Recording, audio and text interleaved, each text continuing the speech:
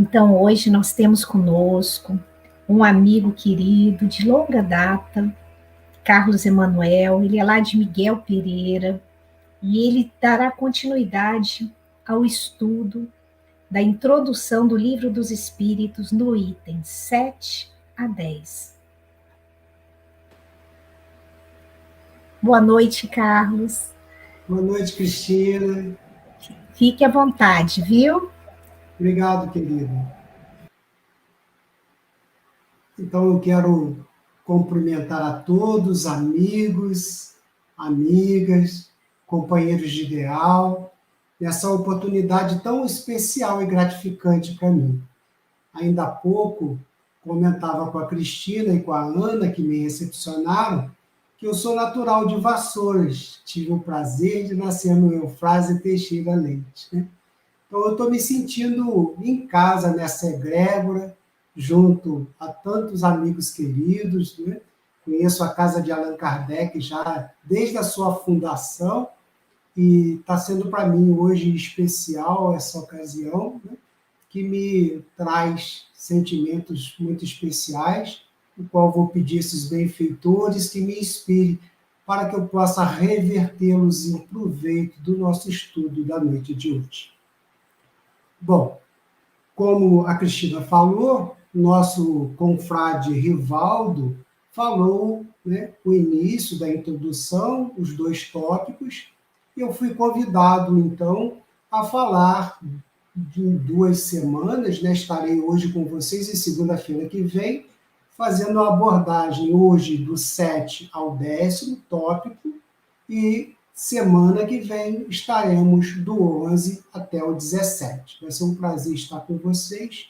Certamente a gente vai ter momentos especiais juntos aqui.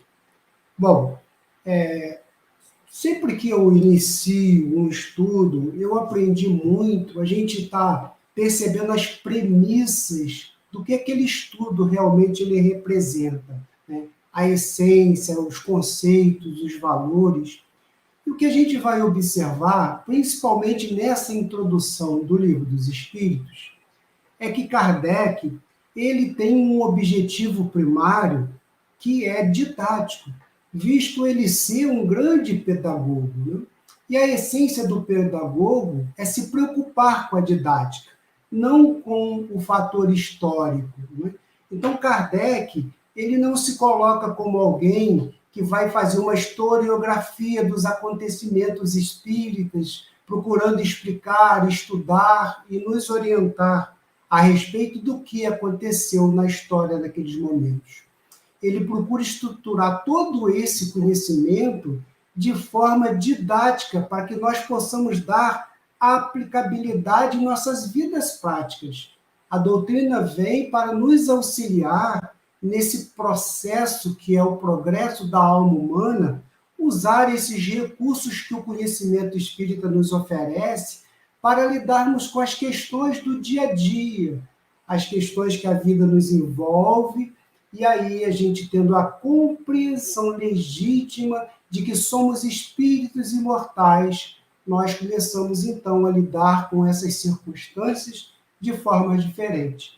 Então, vamos observar essa premissa. Kardec não vem fazer uma historiografia, mas ele vem trazer um conteúdo contando que nós possamos dar aplicação de forma prática na nossa vida com o seu conhecimento. Então, aqui, na nossa introdução no item 7, começando, eu vou fazer algumas colocações para a gente ir desenvolvendo ao longo do nosso estudo. Então, lá nós temos a citação de Kardec. Para muita gente, a oposição das corporações científicas constitui-se não uma prova, pelo menos forte presunção contra o que quer que seja. E aí a gente vai observar essas premissas que ele vai abordar quando ele começa a desenvolver a introdução do Livro dos Espíritos. Ele procura tratar a refutação às ideias negacionistas pré-estabelecidas nos meios acadêmicos e científicos, né? Ele também vem trabalhar contra o preconceito, aquela ideia, né, pré-concebida de que, visto nós tendo conhecimentos científicos já, esses os bastariam para refutar toda a doutrina, toda a ciência espírita e os seus conceitos. Também ele procura, fazendo nesse aspecto da refutação, trabalhar as questões do sectarismo. Sectário, aquele que tem zelo ou apego exagerado a um ponto de vista. Né? Então, aquela conservação de tradições que muitas das vezes não usam a fé raciocinada. Então, ele vai fazer todo um remexer nas consciências com a didática espírita, de forma que a gente possa perceber que nós não podemos nos apegar a pontos de vista e a conceitos de forma exagerada, sem que perceber que a própria lei do progresso, a todos os dias, nos trarão nova visão, novos conceitos, novas explicações, que é inerente à própria evolução humana. Então, ele primeiro vai fazer um trabalho nesses itens, explicando que, ainda que conceitos tenham sido estabelecidos, né, ele mostra que existem outras possibilidades, que nós temos que nos abrir a essas possibilidades para não nos tornarmos preconceituosos ou sectários dentro desses valores. Bom, aí é interessante observar que, de forma prática, nós vamos começar a ver que Kardec traz, então, como disse no início, esse objetivo didático, e ele levanta para a gente a questão do conhecimento efetivo e da opinião, para que a gente, então, consiga distinguir que opinião sobre todas as coisas, todos nós a temos, né?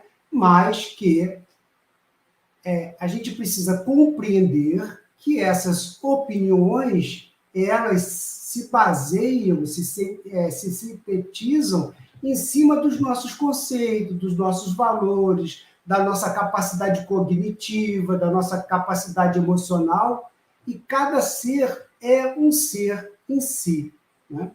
E o conhecimento efetivo, nós só o teremos quando a gente começa a trazer novas bagagens, para que a gente venha ampliar essa nossa capacidade de entendimento através de novos valores, que é o que a doutrina espírita, então, através dos fenômenos, começa a acontecer, e era preciso a gente abrir espaço para o conhecimento dessa nova ciência, dessa filosofia, com os aspectos religiosos que a doutrina espírita nos apresenta. Nós não poderíamos usar o que nós tínhamos até então de entendimento para dizer que temos um conhecimento efetivo sobre os valores que a doutrina espírita iriam nos trazer. Quanto a essa postura, essa posição que aí ele vem refutar os ambientes científicos e acadêmicos da época, a gente vai observar que grandes pensadores, né, depois há muito vem combatendo esse tipo de postura da humanidade. E aí eu associo duas virtudes a esse posicionamento, que a gente vai observar o seguinte: todo aquele que tem um conhecimento verdadeiro, ele descobre que quanto mais ele aprende, mais ele percebe a sua ignorância. Quando nós temos a oportunidade de visualizar um novo aspecto, e aquilo se confirma através do nosso novo entendimento, nós precisamos ter a humildade de compreender que nós não sabemos tudo. Então, ao sábio, aquele que tem o conhecimento verdadeiro, ele está sempre disposto, porque ele sabe que, não sabendo tudo, muitas coisas se revelarão como verdades a seu tempo, mas que ele não pode fechar as portas a partir daquilo que ele sabe. Essas portas precisam estar abertas. Eu desenvolvo um pouquinho melhor isso nos slides mais à frente. E coloquei ali pseudos sábios por causa dessa prisão da opinião, que muitas das vezes nos arrasta a questão do orgulho. Porque às vezes percebemos que nós tomamos atitudes como assim, não, eu acho que, como se nós acharmos alguma coisa, o simples fato de eu querer que as coisas aconteçam dentro da minha régua do conhecimento, eu posso estar tendo uma postura extremamente orgulhosa.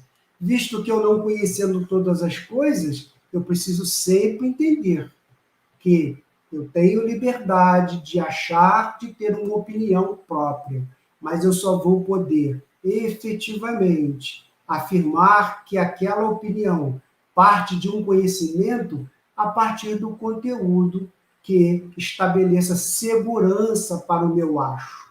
Eu acho pode ser apenas, então, uma opinião pessoal. Que o que acontecia muito, né, naquela época. Então, assim, para a gente poder acompanhar essa linha didática. Kardec vem refutando esses preconceitos, né, acadêmicos, científicos, porque as pessoas já tinham opinião formada de coisas que elas não conheciam. Então é aquela, não, eu acho, eu não concordo, a partir de que premissa? Como você vai refutar essas questões? Você não concorda com qual refutação? Né? Então, observemos, né, a grandeza pedagógica desse espírito que nos facilita, já estruturando a doutrina de forma bem palatável ao nosso intelecto, né, aos nossos valores espirituais. Continuando, então, na introdução lá no item 7, já dando continuidade, ele vai dizer: não somos dos que se insurgem contra os sábios, pois não queremos dar aso a que de nós digam que escolceamos. Temos, ao contrário, em grande apreço, e muito honrados nos julgaríamos se fosse contados entre eles. Suas opiniões, porém, não podem representar em todas as circunstâncias uma sentença irrevogável. Né? Então, a gente viu o anterior que muito eram questões de opiniões, que não poderia revogar e dar sentença a esse novo conhecimento que se apresentava. Mas vê a grandeza desse espírito, né? E muito nos honramos, nos julgaríamos honrados, nos julgaríamos se fôssemos contados entre eles.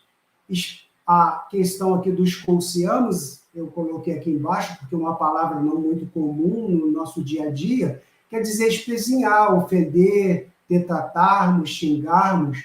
O Kardec, entendendo a posição daqueles, né, da academia, os cientistas e os homens do vulgo, que não entendiam a doutrina espírita, ele ainda assim conservava apreço e entendimento e vem buscar o respeito dessas pessoas, porque ele entende que a doutrina, a seu tempo, se fará entendida por essas consciências, e ele gostaria muito que os aspectos que a doutrina nos oferece, que aí temos os 3 aspectos doutrinários, que é a ciência, filosofia e religião. Então, naquele instante lá, ele está dizendo que teria muito apreço se os homens de ciência daquela época pudessem perceber que a doutrina espírita não é apenas um mero trabalho religioso ou filosófico, mas ela se baseia no aspecto científico, porque a manifestação do homem, né, as próprias mesas girantes que o chamaram a atenção, elas estão sujeitas à física newtoniana. E se tudo que se manifesta sobre a face da Terra está sujeito às leis naturais, certamente haveria de se ter uma ciência que explicasse fenômenos esses que, naquele momento, eram tidos, talvez, como atos de falcatrua, né? Salões de distração, e não. Eram fatos que aconteciam verdadeiramente, e por acontecerem as leis naturais, haveriam de ter uma explicação para aqueles fenômenos que aconteceriam. No terceiro aspecto também, que é o filosófico, a filosofia, Porque as nossas consciências, em busca de quem eu sou, para onde eu vou, o que eu vim fazer, qual é o sentido da vida, há muito nós nos debatemos sobre essas questões já sempre que grandes espíritos com uma capacidade de pensamento mais elevada nos visitam, eles vão e dão ênfase a essas questões filosóficas. Então, Kardec também coloca que a filosofia, o ser imortal, quem nós somos, é importante, um aspecto importante dessa doutrina que nós não podemos desconsiderar. E coloca também o terceiro aspecto, que é a religião. Mas aqui, queridos, vale lembrar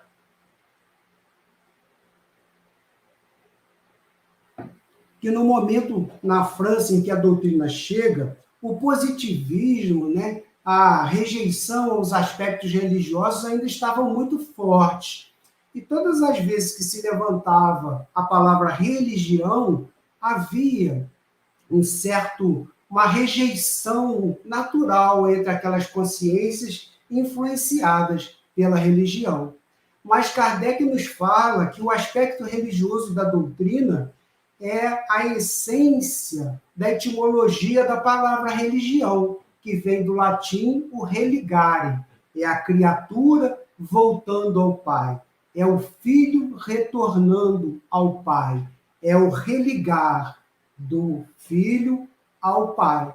Então, com isso, ele traz para a gente esse aspecto que é tão bem desenvolvido por Santo Agostinho no Livro dos Espíritos, né? Conhece-te a ti mesmo, analisa-te os seus passos, os seus caminhos, as suas atitudes, vê se, sendo Deus, inteligência suprema, causa primária de todas as coisas, sendo ele a soma de todas as virtudes em sua plenitude, a religião é o caminho pelo qual, através da vivência das virtudes, o homem caminha de encontro ao Pai. Sem aquele aspecto da ótica moralista, né?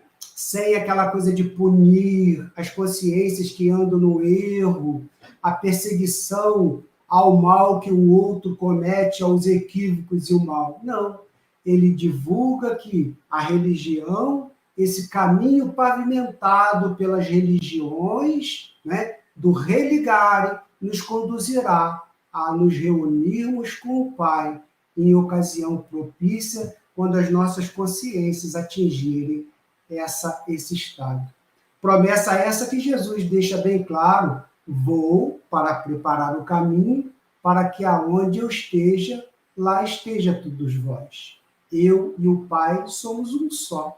Então, Jesus vem nos falar desse caminho, dessa trajetória, que nos conduzirá a essa inteligência suprema, causa primária de todas as coisas, que é a plenitude de todas as virtudes. Então, a religião deve ser entendida por nós não naqueles aspectos do culto social, das atividades culturais que foram se desenvolvendo, mas como um caminho que, pavimentado através das virtudes, nos levarão ao Pai, porque ele é o amor, ele é o bem, ele é as virtudes em sua maior expressão. Coloquei aqui para a gente perceber o seguinte: esses aspectos eles são harmônicos e complementares.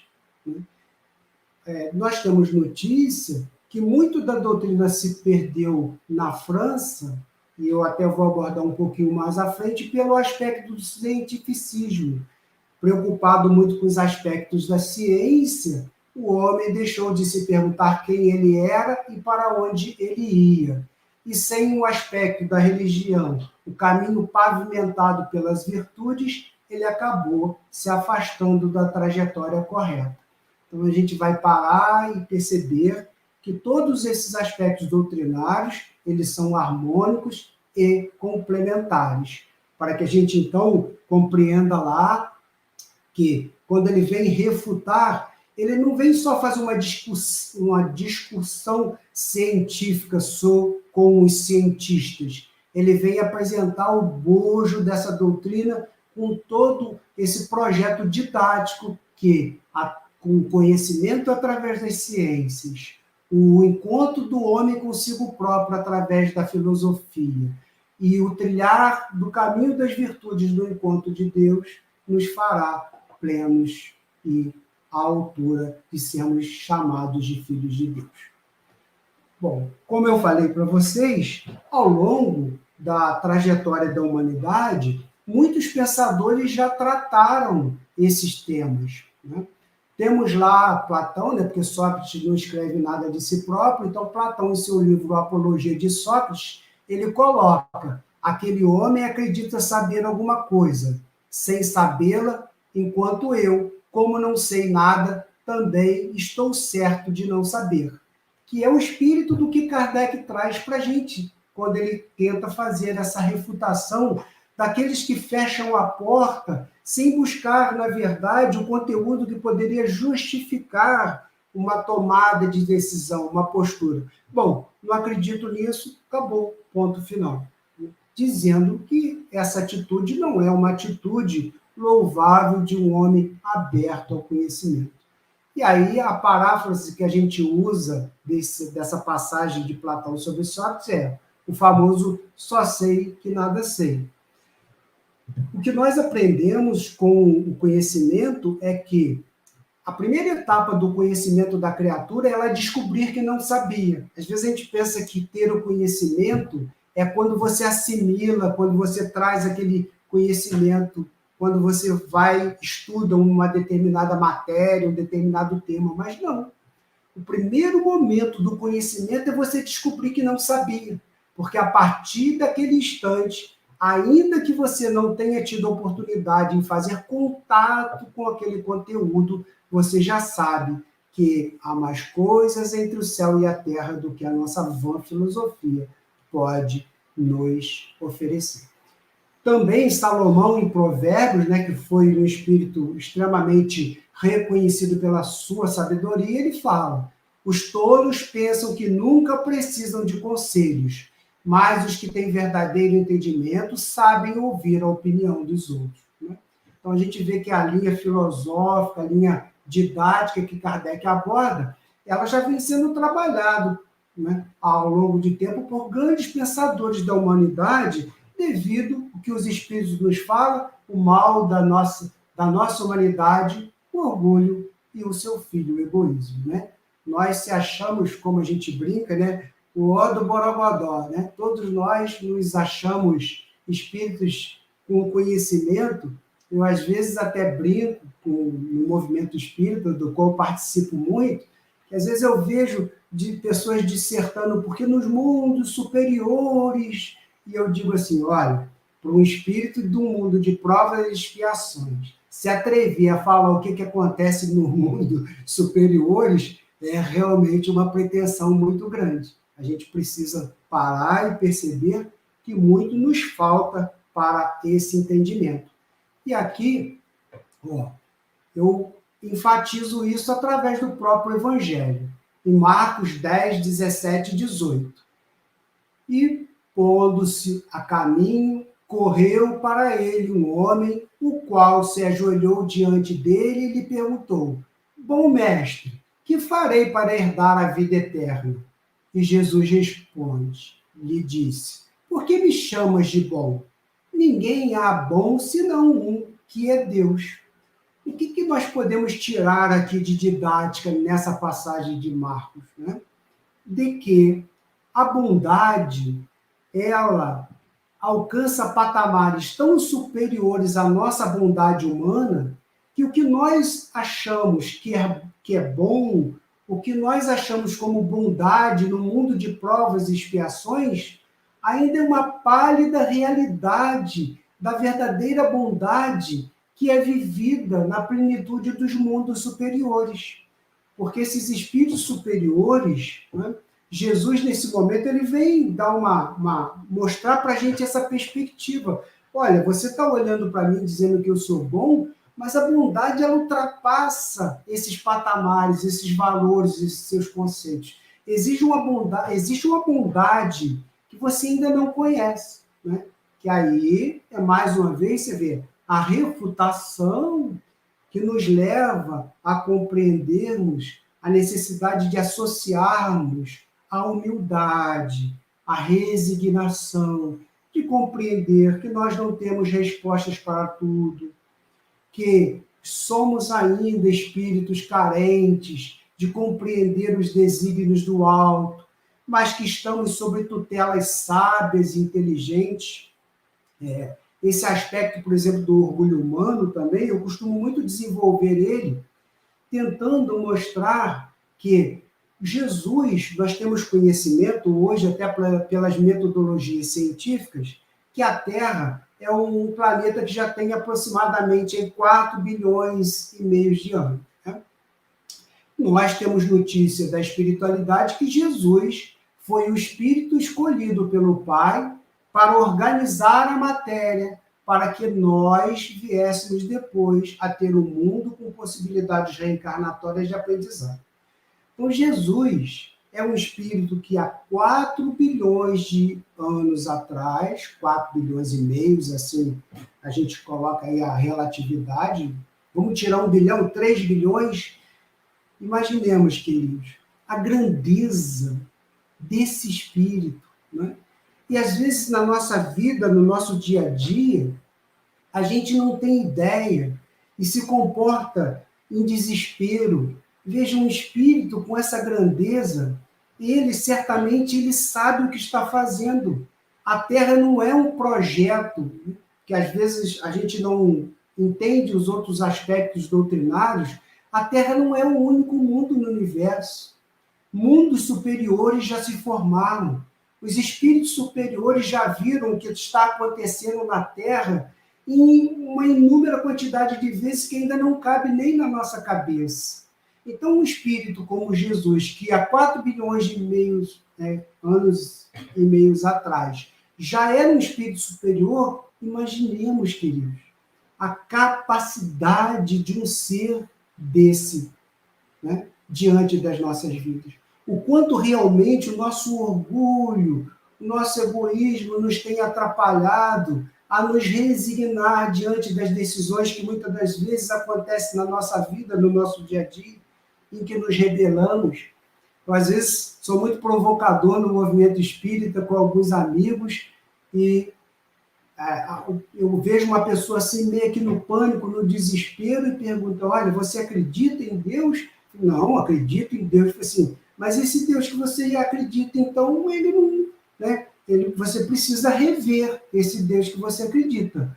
Porque se Deus é todo conhecimento, se ele é onipresente, se ele é onipotente, se ele sabe todas as coisas, a Terra não é um barco sem leme. A nossa vida não está ao relento como uma folha seca que sopra para lá e sopra para cá. Nós temos olhos amigos e atentos que estão a nos ajudar, né?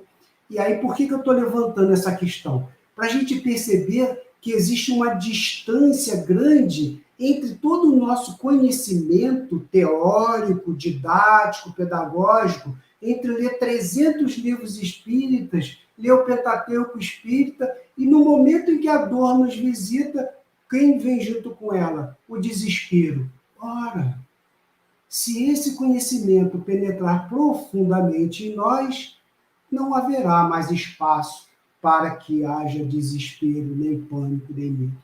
Claro aqui, queridos, que eu não estou falando de desrespeitar a dor alheia. Não é disso que eu estou falando. É importante a gente observar que nós devemos, de forma muito enfática, associar e dar aplicação didática na nossa vida de todo esse conteúdo que a doutrina nos tem oferecido, que é o que Kardec vem propondo. E aí eu trago aqui, diante disso que falamos, algumas premissas que são sempre importantes, a gente não pode perder de vista. Primeiro, o mundo primitivo superado. Nós não somos mais espíritos primitivos. Há muito nós já superamos essa fase. Todo espírito que está sobre a face da Terra, encarnado, ainda com as suas imperfeições, ou com uma moralidade, uma ética dúbia, já tem grandes conquistas. E nós sabemos que até mesmo aqueles que se envolvem em momentos de erro, eles têm aqueles a quem eles amam de forma eletiva. Então a gente percebe que todo espírito já tem o potencial de amar. Se ele escolheu ou não usar esse potencial é outro papo. Então a gente sempre tem que olhar para si como um espírito que já venceu o primitivismo. Nós já deixamos há muito tempo para trás isso. Agora também precisamos perceber que nós somos espíritos que estamos no mundo de provas e expiações em fase conclusiva, porque temos notícia que daqui a pouco nos tornaremos um mundo de regeneração. E o que é importante percebermos nessa premissa? Qualquer uma das vezes que nós nos arvorarmos e achar que sabemos tudo, nunca esqueçamos, nós somos espíritos de um mundo de provas e expiações. Como Jesus disse, por que você me chama de bom? Bom é só o Pai. Qualquer virtude que tenhamos, elas são virtudes de espíritos ainda de mundos de provas e expiações. E é o que Kardec chama a atenção daqueles do mundo acadêmico e científico. Por mais que vocês tenham a ciência, essa ciência ainda relativa a uma humanidade que não consegue, através da ciência, explicar tudo. De uma ciência que ainda não conseguiu debelar tantos males que nós pensávamos que, com o progresso da ciência, seriam resolvidos. Não é verdade? Então, essa premissa de que o mundo primitivo já foi superado, para que a gente saiba que dentro de nós temos os potenciais necessários. Somos capazes de amar, somos capazes de ter fé, somos capazes de sermos esperançosos. A questão é, nós estamos usando essas premissas a nosso favor? E quando nós estivermos nos achando no topo, né, o ó do Borogodó, como a gente brincava antigamente, hoje em dia esse termo é até desconhecido, quando a gente estiver se achando, lembremos que somos espíritos ainda no mundo de provas e expiações. Mas, de tudo isso, nos interessa também a percepção dessa terceira premissa. O Criador age através da criatura. O mundo que nós queremos é o mundo que nós temos que construir. Deus não vai fazer o que compete a cada um de nós. Vocês já viram um espírito se materializar, ir no Brasil, em Vassouras, comprar mantimentos, montar uma cesta básica e entregar na casa de alguém? Vocês já viram Deus fazer um milagre para exterminar a dor, o sofrimento, para levar uma palavra amiga, para distribuir um gesto de carinho? Na nossa música inicial de preparação, né, o autor fala que antes de distribuirmos a cesta básica, nós podemos distribuir um sorriso. Porque às vezes a gente não percebe que quando saímos na rua, que tem pessoas passando por dificuldade e por dor, que a gente distribui um sorriso, um gesto de afeto, de carinho, naquele momento, esses tipos de atitudes, elas geram energias salutares, positivas. As pessoas veem que essa energia salutar ainda pode dar esperança e alento. Os espíritos não vão se materializar para fazer isso. Então, quando formos à padaria comprar pão, bom dia, amigo, bom dia, vizinho. Poxa, que dia bom, está chovendo hoje. Mas se não chovesse, as nossas matas não seriam tão verdejantes. Bom dia, vizinho, que calor esse assim é. Mas, ainda que esteja quente aqui, imagina aqueles que moram lá no deserto do Saara. Vassouras, nesse aspecto, é um paraíso na Terra, não é verdade? Então, sempre compreender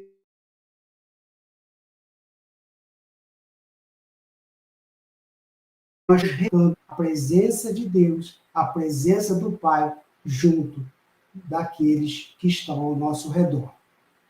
Com isso, né, para que a gente pare mais uma vez e reflita, eu coloquei aqui, temos que estudar para aprender?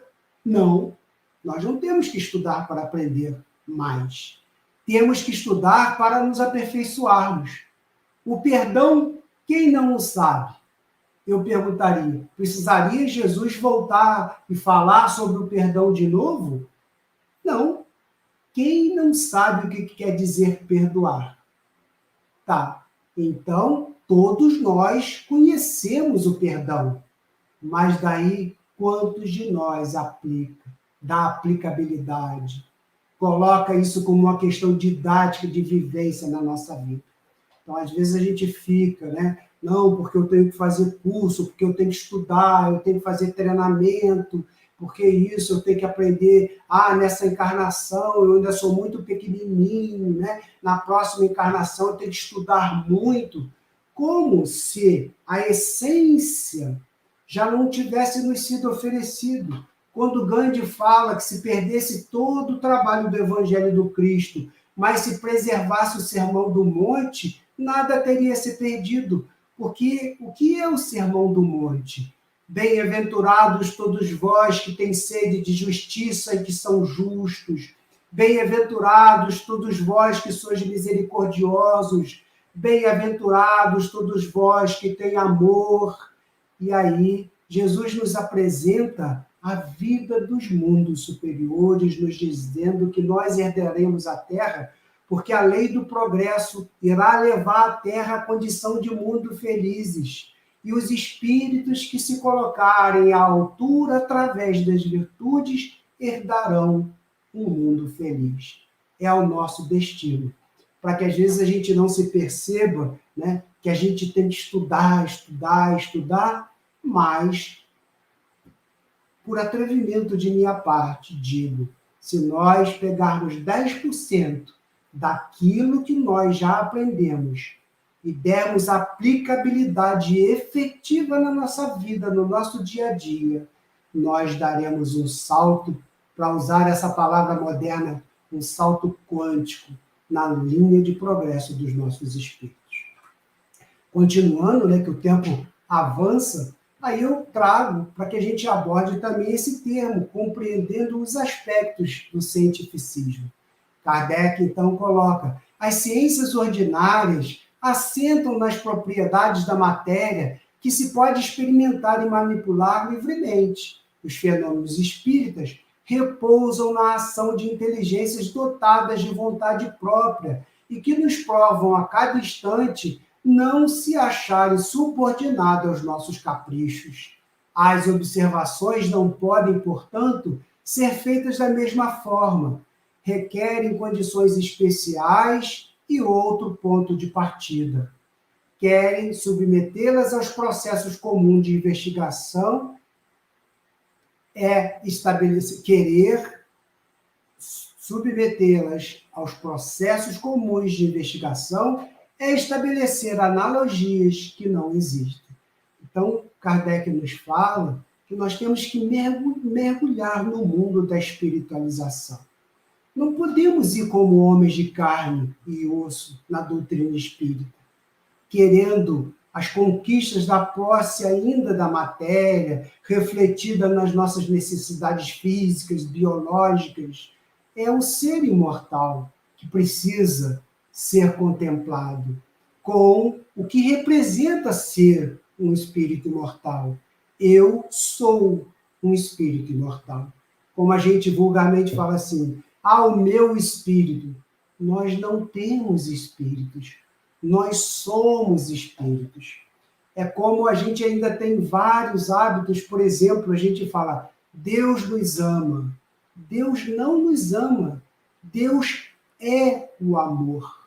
Deus não precisa de estímulo que eu faça alguma coisinha boa para que ele fique feliz e alegre e me ama. Não importa o que eu fizer, Deus é o amor. Não há condição diferente para Deus no trato de suas ações. Ele é o amor, ele é a bondade, ele é a misericórdia, ele é. Nós não somos, mas ele é. Então, enquanto espíritos imortais no caminho de retorno ao Pai, nós precisamos descobrir que nós também somos.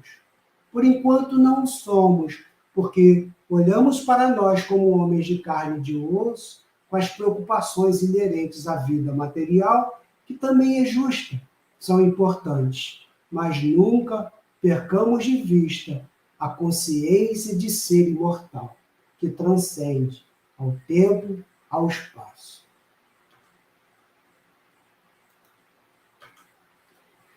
No item 8, o que caracteriza um estudo sério é a continuidade que lhe dá.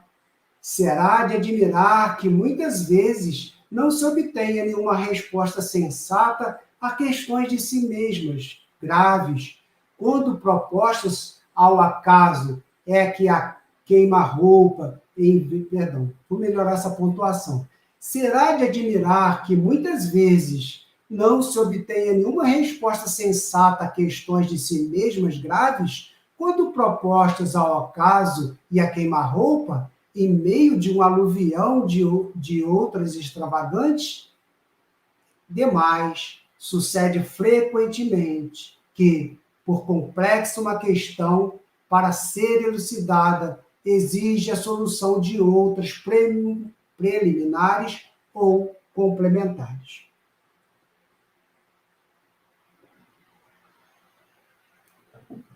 Eu aqui tenho uma experiência pessoal, até para dizer que a gente, assim, conforme nós vamos estudando, e o que o Kardec está dizendo, olha, mergulha fundo, estuda, que essa base vai te ajudar a ampliar o seu entendimento. A primeira vez, ainda jovem, 18 anos, li o Livro dos Espíritos, Inteligência Suprema, Causa Primária de Todas as Coisas. E eu, no auge do meu orgulho, 18 anos, sabe tudo. Os Espíritos não falaram nada. Quem não sabe que Deus é a inteligência suprema, que Ele é a causa primária de todas as coisas? Os Espíritos falaram nada, isso daqui eu já sabia. Depois, ao longo do tempo, colhendo, eu chamo as migalhas do caminho de João e de Maria. Junta uma migalhazinha aqui no conhecimento, outra migalhazinha ali, e hoje eu entendo que eu posso ver Deus numa parede que está aqui à minha frente. Como, Carlos, você pode ver Deus, inteligência suprema, causa primária de todas as coisas? Porque cada átomo, cada molécula, naquele momento obedece uma ordem, cumpre um papel, uma função na construção do elemento material que nos proporciona. Para todos os lugares que nós olharmos ao nosso derredor, veremos Deus através da ordem que Ele se manifesta, que Ele se expressa. Na beleza de uma rosa, no seu perfume, no caminho que nós trilhamos, no solo que nos proporciona a lidar com as leis da gravidade, num planeta que está rodando a 100 mil quilômetros ao redor do Sol por hora, onde nós ainda temos muita dificuldade e precisamos de uma bagagem ainda muito grande. Então, não nos arvoremos a fixar ou formar conceitos se ainda não temos as migalhas necessárias para poder nos alçar a condições superiores do entendimento humano. No item 10, já estamos quase terminando, a uma delas serve de base a linguagem de certos espíritos, que não parece digna da elevação atribuída a seres sobrenaturais. Quem se reporta ao resumo da doutrina acima apresentado, verá que os próprios espíritos nos ensinam não haver entre eles iguais de conhecimento nem de qualidades morais, e que não se deve tomar a pé da letra tudo quanto dizem. As pessoas sensatas incumbe separar o bom do mal. E aí coloco o Mateus aqui para ajudar a gente a refletir. Nem todo que me diz Senhor, Senhor, entrará no reino de céu, mas aquele que faz a vontade do meu Pai que está nos céus. O que nós já vemos aqui em Mateus, e Kardec nos chama a fé raciocinada, a compreender que não é porque um ser é espírito que ele é dotado de todo o conhecimento. Existem homens bons, mas existem também homens maus. Assim são os espíritos. Então é importante que a gente use o bom senso, a razão, para que possamos distinguir e compreender, porque às vezes a gente vê pessoas, né, até espíritas, no movimento espírita, fazendo uma coisa errada, e imputamos a doutrina espírita. E no movimento a gente sempre tem uma colocação afirmativa. Às vezes a pessoa entra para a doutrina, para o movimento espírita, mas a doutrina não entra para dentro dela. Então a gente precisa perceber se o indivíduo está associado às virtudes, se a sua palavra realmente tem o peso do exemplo dos seus atos. Kardec, mais uma vez, nos convidando à razão, e aqui eu coloquei essa foto, né, que Mateus também, nessa hora, nos fala. Tem todos aqueles que dizem Senhor, Senhor, então é o convite a usar a razão, porque não basta falar Senhor, Senhor. Chegamos ao final, uns minutinhos antes do horário previsto, e, mais uma vez, quero dizer a vocês a grande satisfação de estar aqui, né, de ter tido essa oportunidade. Semana que vem, se vocês me permitirem, estaremos juntos novamente. Meu carinho, a Cristina e a Ana, obrigado pela oportunidade.